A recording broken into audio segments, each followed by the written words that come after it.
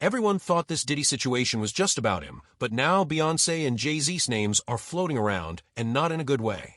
This whole thing has gotten way messier than anyone saw coming. We're talking rumors.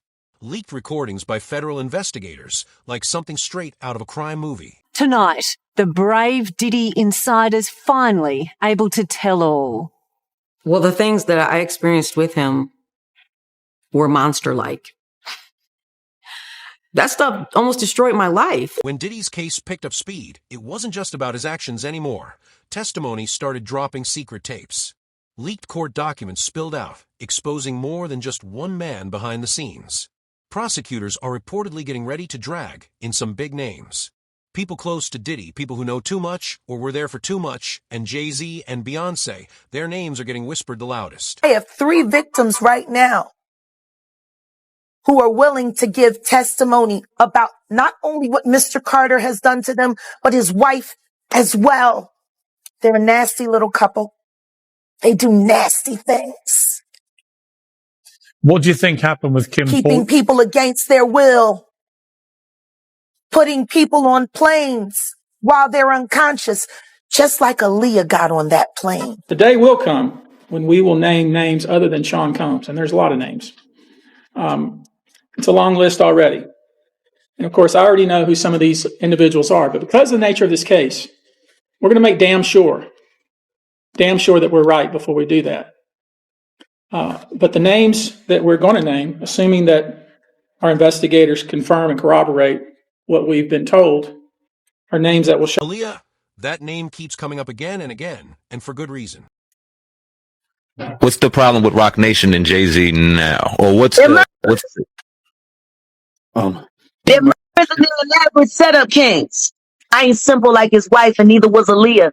I guess that's why he had her killed.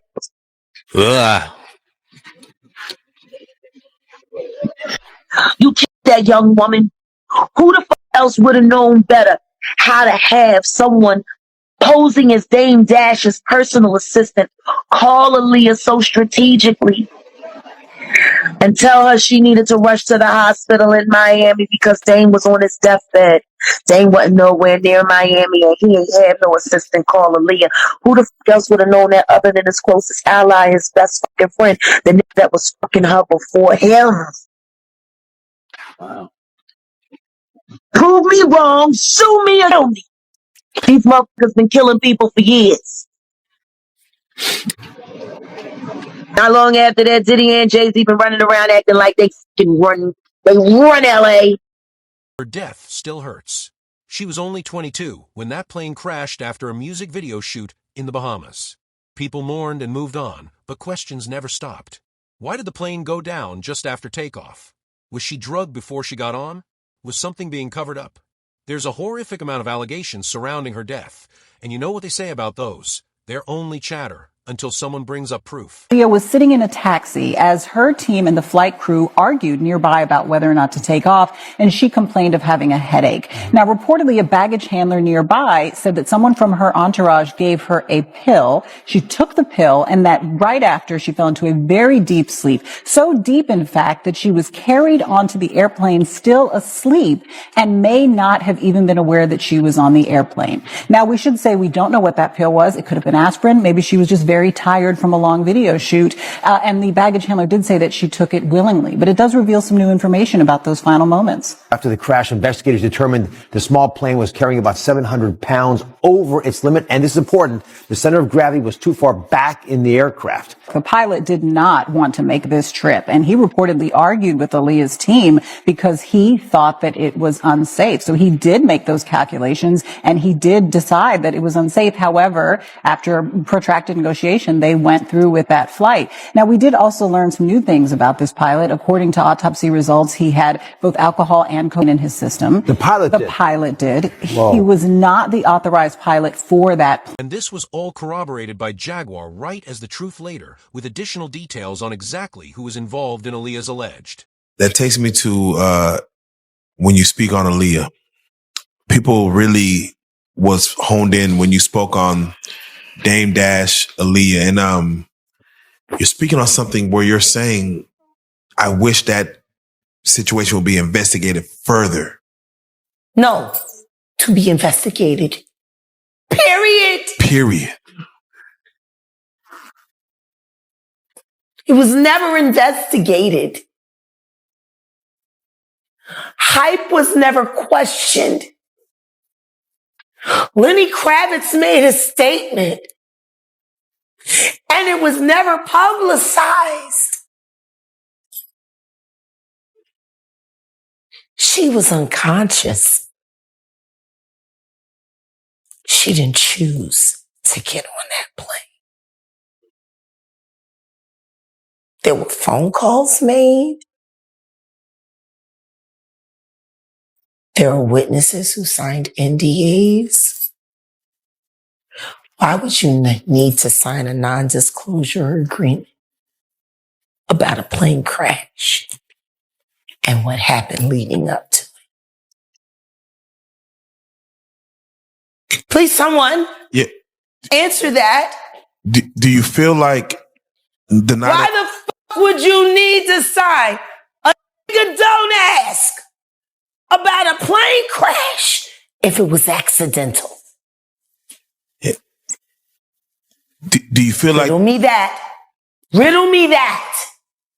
Work with me here in this moment.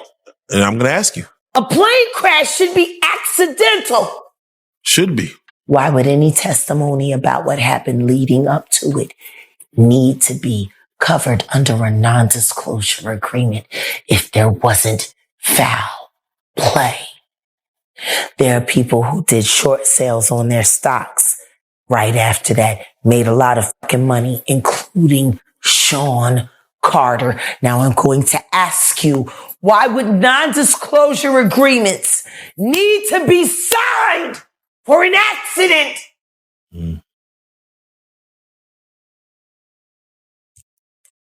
Hey. There were over 25 non-disclosure agreements cashed out and recorded regarding the death of that beautiful girl and every other human being that died on that plane with her. What the fuck? What would you need a don't ask for that?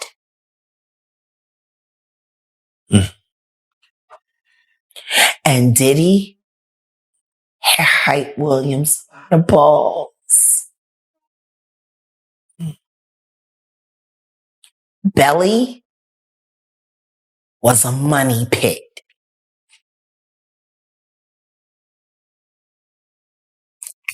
Without question.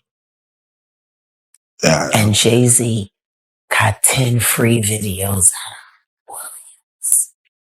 And Hype didn't work. Her uncle recently spoke out, and now people are listening again. If you could go back and change anything, what would you do differently? How would you protect Aaliyah?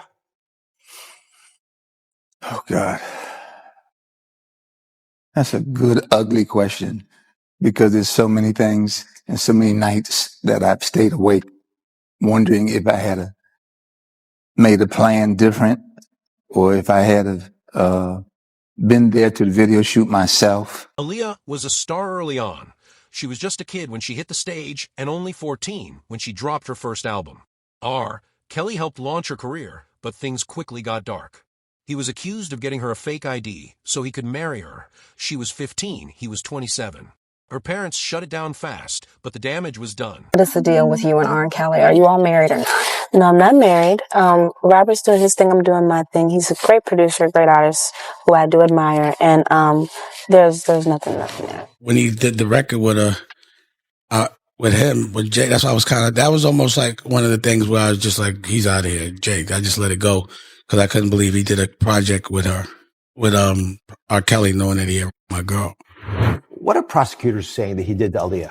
Yeah, the reason Aaliyah is part of this case is because prosecutors say she is one of the victims in a decades-long criminal enterprise led by R. Kelly, essentially for the purpose of sexually abusing underage girls. Now, during this trial, one of R. Kelly's former tour managers testified that he is the one who personally bribed a government official to get a fake ID for Aaliyah, saying that she was 18 years old when she was really 15. Why did he do that? Because R. Kelly reportedly wanted to marry her. That's what this man testified. And he said that R. Kelly wanted to marry her because he had gotten Aaliyah pregnant. And he wanted to be able to legally authorize an abortion for her as a minor at just 15 years old. And he also wanted to protect himself from prosecution. It's reprehensible. It's awful.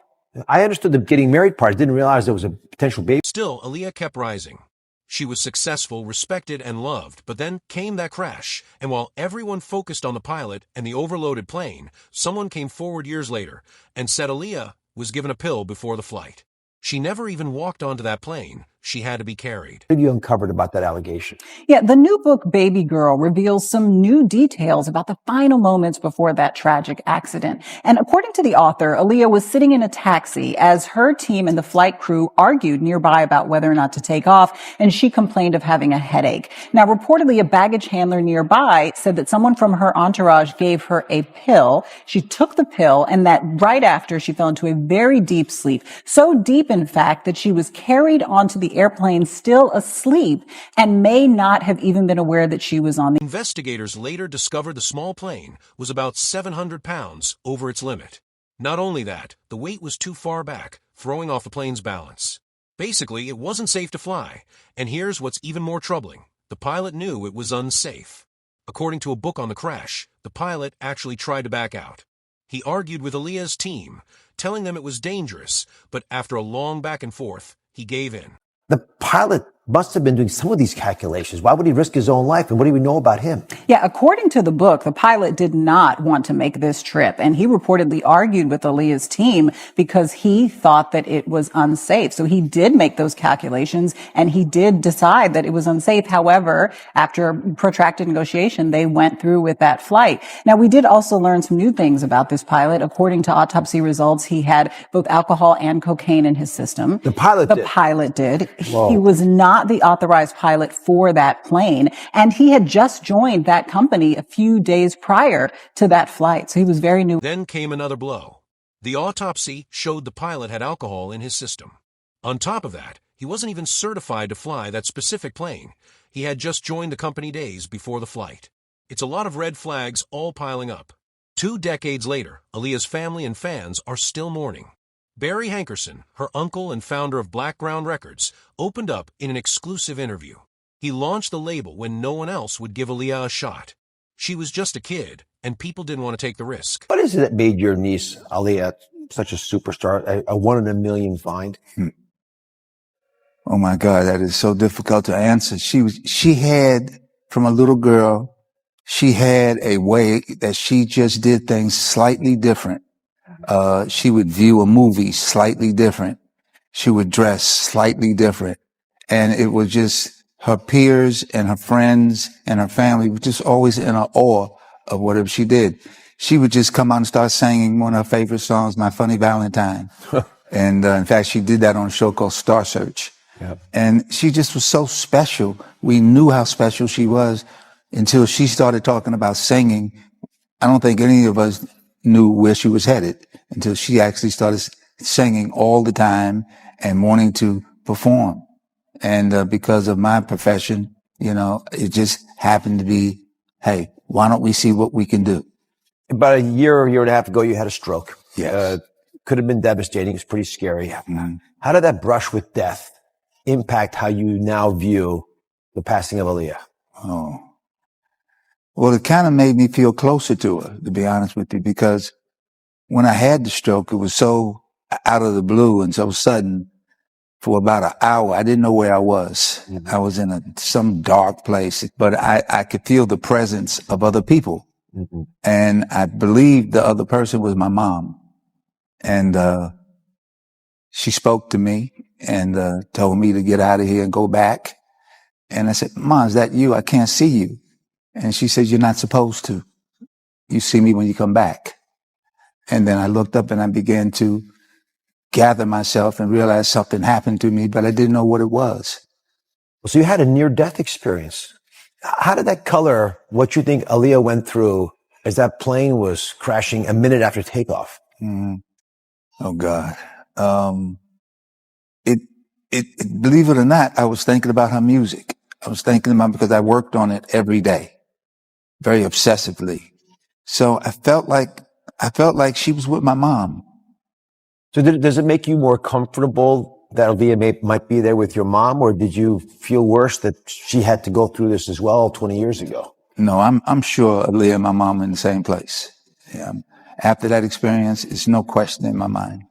Where were you when you found out about the plane crash? I was on my farm in Georgia, and got a call, and somebody says, "You got a long distance call. It's from the video shoot," because I knew that they were shooting a video, obviously. And I ran to the phone, and I spoke to the director, Hype Williams, and he said, "Aaliyah's gone." And I was devastated. I immediately called Minister Farrakhan and asked him, could he call God? Could he talk to God? He admitted he hadn't even wanted to use Hype Williams as the director, but Aaliyah's mother pushed for it. Barry says he regrets giving in. Looking back, he believes that decision played a part in what happened. Whose idea was it for her to go down to the Caribbean to shoot this? Hype Williams. Yeah, Hype was the director. Be very honest with you, I did not want to use Hype Williams, but there was a push from management, which is her mom, to do a video with Hype. I did not really want to work with Hype Williams. I regret that. If I could do it over again, I would not have worked with him. And I don't know where the video would have been shot. Would it have been still shot there or someplace else? But it's the first time I've ever said that. But that's what was in my heart when his name came up. So it was more your sister than R. Kelly pushing for Hype Williams? I don't know, but that's a very good question. There was some type of rapport my sister had with Robert Kelly that began to creep into our lives. And I really don't know what that is. I really couldn't tell you what that is. That's something my sister would have to talk about. But I did feel, because Hype and R. Kelly had a relationship, because he directed a lot of Robert's videos.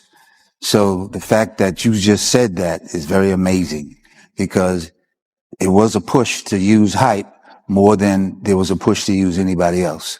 So at that time, I was after the debacle with R. Kelly. I was for not having any linkage to Robert Kelly at all through directors or whatever. So that did come up that way, and I lost that battle, and Hype became the director. Then came the hardest part of the interview, when Barry was asked how he reacted after learning that R. Kelly had secretly, illegally married Aaliyah. When you learned, I'll say David, what did you do when you learned that R. Kelly had illegally married your niece Aaliyah? Went crazy. I really went into myself. I met with the minister and really had to debrief me. And because my reaction was not a good reaction, I had no understanding of it. I had no compassion for it. It was just totally out of the realm of what I would think any young girl should have had to experience. And I made myself known, obviously, to Robert Kelly, and in a conversation, and I've never spoken to him again to this day. What did you say to him? Things like, who do you think you are? And we trusted you. I've worked very hard to make your career happen. You were managing him. Yes. You must have felt terribly betrayed. I was betrayed. And my whole family was betrayed. We gave him not just an opportunity to learn how to perform, but we gave him a lot of love and understanding, because he had a tough life. I felt like that kind of betrayal, that you have to do something to somebody. But because of the mentorship of the minister, I totally went another direction and simply just followed along with my sister and just kept it to a very low ebb in our family and to the public, so that Aaliyah would not have to experience as much strife and pressure that could come from her family. You know, she wanted to pursue her career. Because despite all the chaos around her, Aaliyah still wanted to sing, still wanted to chase her dream, and Barry didn't want anything to take that away from her, not even a man who allegedly ended up doing so, Jay-Z, back in 2021. Damon Dash opened up about Aaliyah's love life, and what he had to say surprised a lot of people. Aaliyah had always kept things private, but Dash, a music executive, revealed that he and Aaliyah dated from 2000 until her tragic death.